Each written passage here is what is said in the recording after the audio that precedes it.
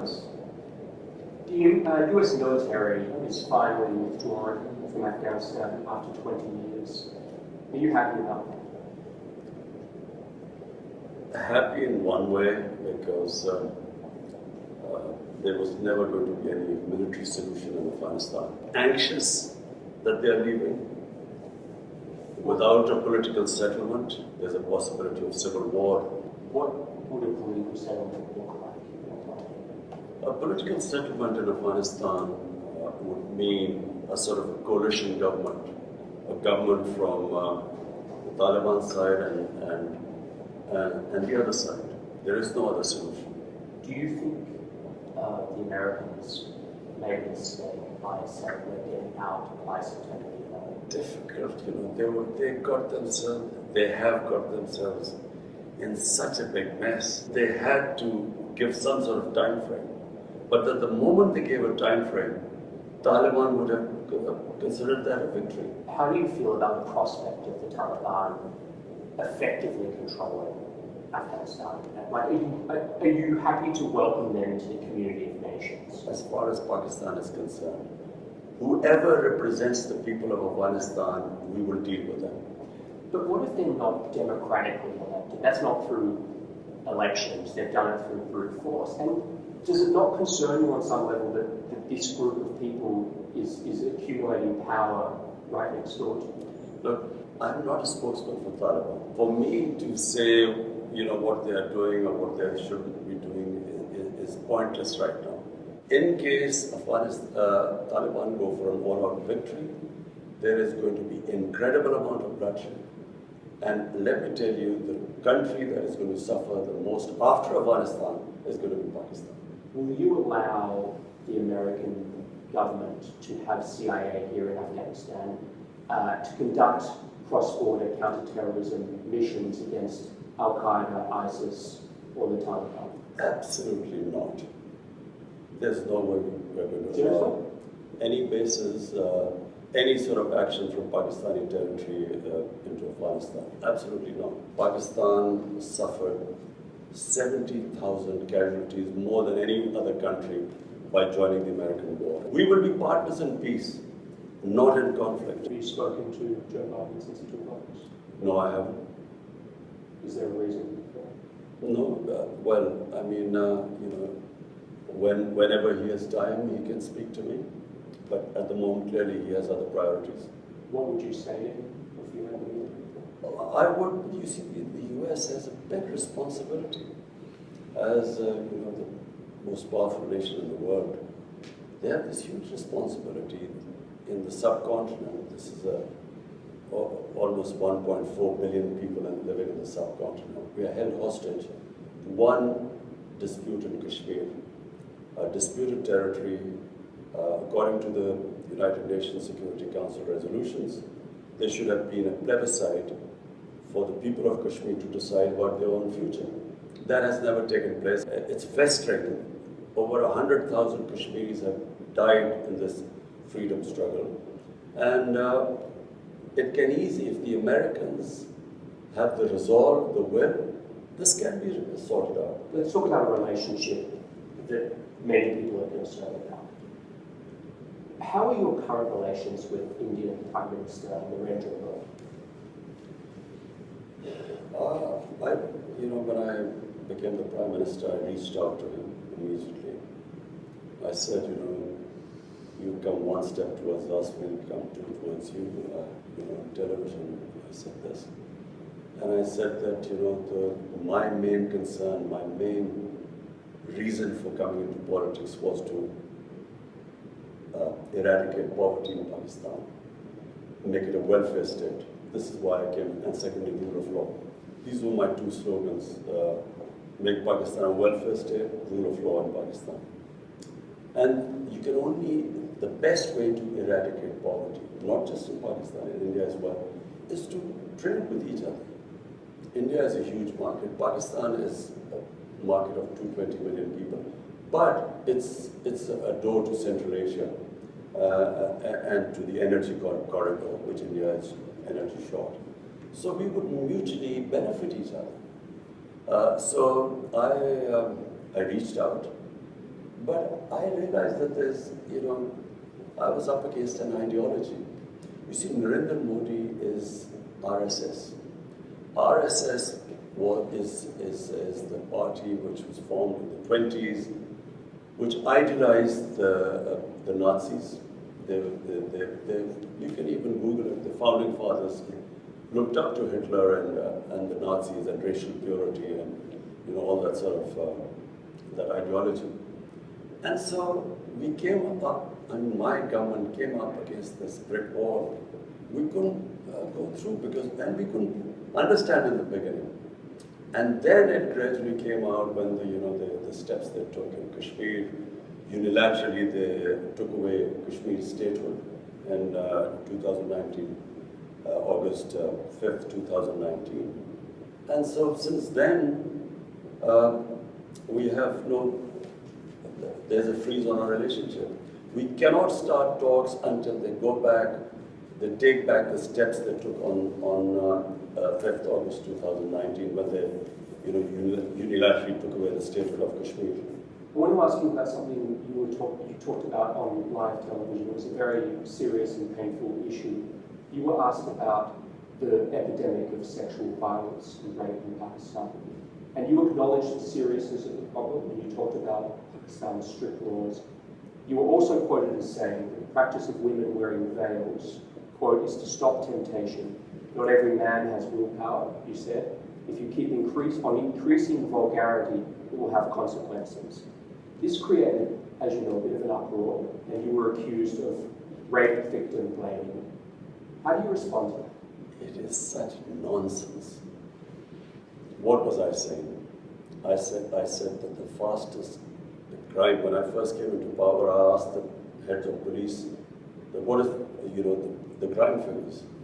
The crime that was rising the fastest was sex crime.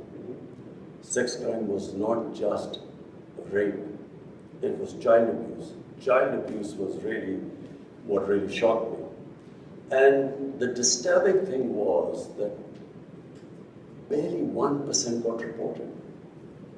The families of the victims, whether they were girls or whether they were children who were being abused, were so embarrassed that they would not report it.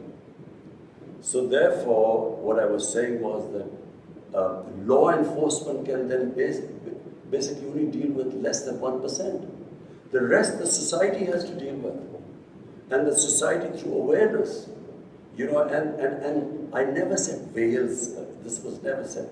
I said the concept of parda. Concept of parda is avoid temptation in the society. So, and I went further. We don't have discos here, we don't have nightclubs. You don't have any, like in Western societies, you don't have any places where boy meets girl. So it is a completely different society, way of life here. So if you raise temptation in the society to the point, and all these young guys have nowhere to go, it has consequences in the society which were reflected in the crime chart. So one, you fight sex crime through law enforcement, but because the majority, and majority means 99% of sex crimes are not reported, and this is according to the police officers. So therefore, the society, public, schools, awareness, teachers, media, everyone must join in because that's how we will sort of raise awareness against sex crimes. So the concept of, I used clearly, I know exactly what I said. I said the concept of parda. Parda is not just it's to reduce temptation in the society. So this is what I'm trying to get, is the clarity, and I'm glad that you can explain this. What are the forms of temptation that need to be curtailed to stop the rise of rape? For one, and remember, rape is less. Okay, sexual violence. What are the forms of temptation? So child abuse is much more than rape. Okay. So these were the shocking things. So, for instance, one thing we also discovered, because then we did a bit of research on mobile phones. Right. Children have mobile phones. Material available on mobile phones. Children have never been, they've never seen such material in human history. It's never happened before. Children have never had this exposure before. So when I said the whole society has to fight, starting from, how do we deal with this? And by the way, we are now trying to find out how to control content on the social media. So that's one, but at the moment it's free for all. And then, television plays, they should be educating people, about the sort of things that children are exposed to. And so when you mean the society, you mean all the various ways, starting from schools, everywhere. The society must fight sex crimes. You also mentioned in that interview Bollywood and Hollywood. Do you believe that Bollywood and Hollywood films have contributed to this rise in sexual violence? Absolutely. When I can only compare when I went to England as an 18-year-old. There were adults-only films. The content on films was completely different. And then we saw it changing throughout. What was taboo maybe in early 70s was acceptable in late 70s. So when on films the content gets X-rated and these become acceptable, clearly it has effect on the society. X-rated is sort of underground. I mean, you don't really believe that Hollywood films or mainstream Hollywood or Bollywood films are causing a rise in sex. No. You see, what kind of films? Let me tell you, Hollywood, the way it works in the subcontinent, from Hollywood it goes to Bollywood, which is in India, which has completely changed again. What was the Indian film industry in the 70s and the 80s, gradually in the 90s, and what it is now is completely changed. So the content is completely different. And it has an impact on the society. If anyone is telling me that this does not have an impact, you can just read, you can just see the divorce rates, you can see the sex crime. It has an effect both in India and Pakistan. So we then take the content from India, out of the films take it.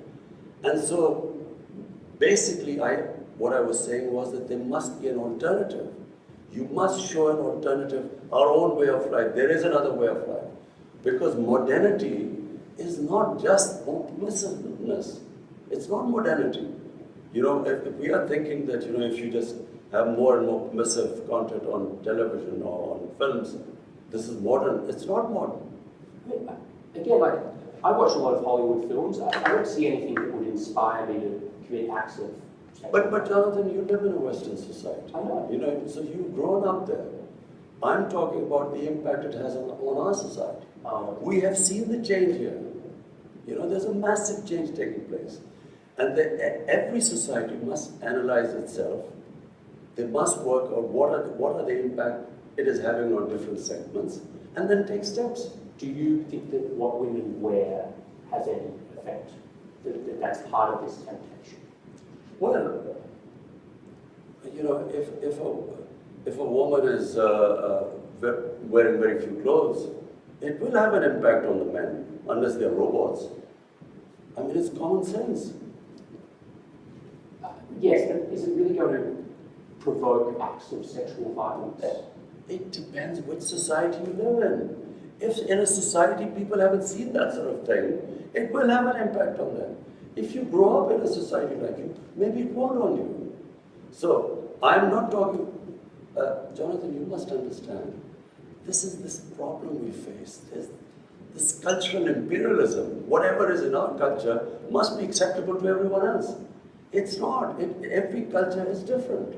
And therefore, when you introduce things in a culture, it has different impact there. But forgive me, when you were a cricket star, you were seen as a playboy, there were photos of you with your shirts off in your bedroom. It's a bit rich. Jonathan, this is not about me. It's about my messenger. Don't you feel like it's a bit rich for you to say this? Jonathan, listen, it's about my society. My priority is how my society behaves, what reactions are caused in my society. So when I see sex crime going through the roof, it's not just me. We bring people, sit down and we discuss it from different sectors of the society. We sit down, we discuss how we're going to tackle this. We have a problem. Now, are you going to tell me that I'm going to sit back and say, okay, we have this rising sex crime, but because of Australia it doesn't have any impact, so we should do nothing about it. It is having an impact in my society.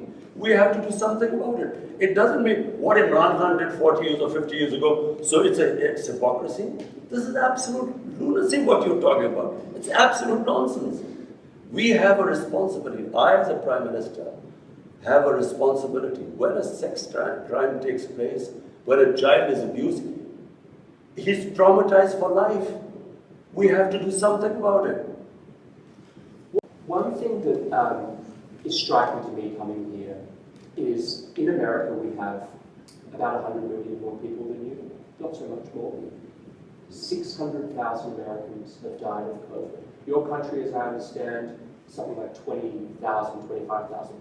You've done objectively vastly better than the United States with COVID. Why? Well, first, as someone who believes in God, we are very thankful because there's so much you can do, and then there's something which is the twilight zone, which is beyond you. So you can only try your best. So what happened? When we saw these people ending up in hospitals, COVID raging through Europe, Spain and Italy were the first two countries where you saw hospitals full. There was a big temptation in Pakistan by all other politicians, leaders, opposition, that we should clamp down, we should total lockdown like it was happening in Italy. And so, even though I kept asking what will happen to our poor people who are daily wages, 70%, 75% of our workers are in the informal economy. Daily wages, weekly wages. So, and watching what was happening in Europe, there was a clampdown, smart lockdowns. We then had... What's a smart lockdown?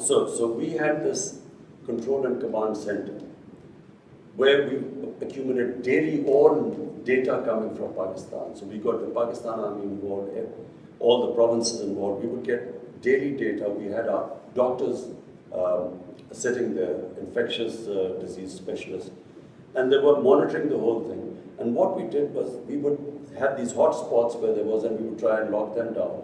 But we did not lock down everyone. And that's why we saved our economy from, we would have been destroyed. We already were suffering. Pakistan already had a dire economic situation. Had we locked down, our economy would have just gone belly up. So we saved the economy, and at the same time, because you cannot lock up hungry people, our lockdowns were more effective. India, on the other hand, their Prime Minister gave a 4-hour notice and just imposed a curfew on it. So there were these people, millions of people walking on the roads, clusters, and he did not think what would happen to the poor people. You can't, 6, 7 people living in one room. How do you lock them down? And then if you do not provide them food, how long can you keep them inside?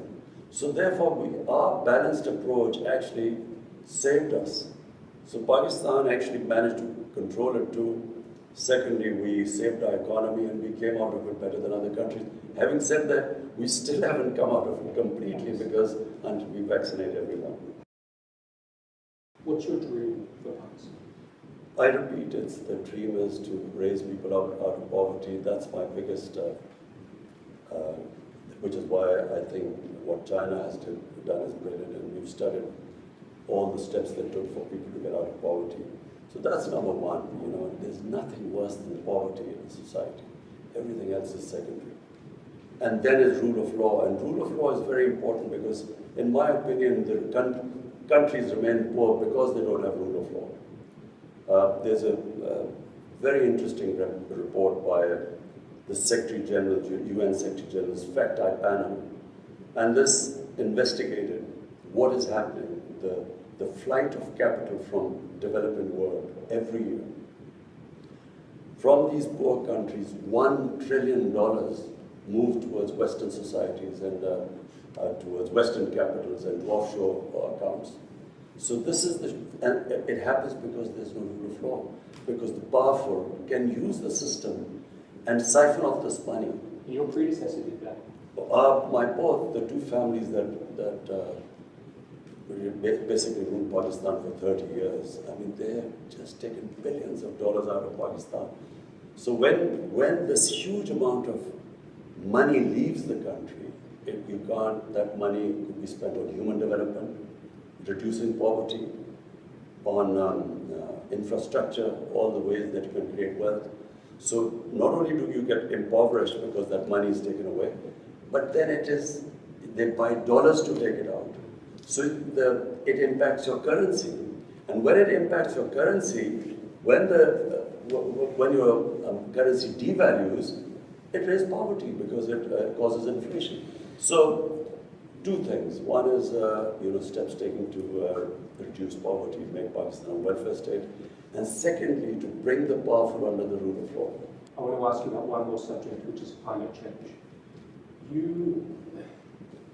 Pakistan suffers from climate change in a way that I think people in America couldn't begin to understand. Like, you are in the cauldron, almost the ground zero of climate change. Help an American watching this, there's going to be a lot of Americans watching this, help them understand what the stakes are for this issue and what needs to change in your life. Well, for Pakistan, you see, for the Americans to understand why it is critical for us that the world moves to fight climate change. 80% of all the water in our rivers come from our glaciers, which are in the mountains, Himalayas, Karakoram, the mountain ranges. And if the temperature keeps rising at the rate it is, our glaciers are melting.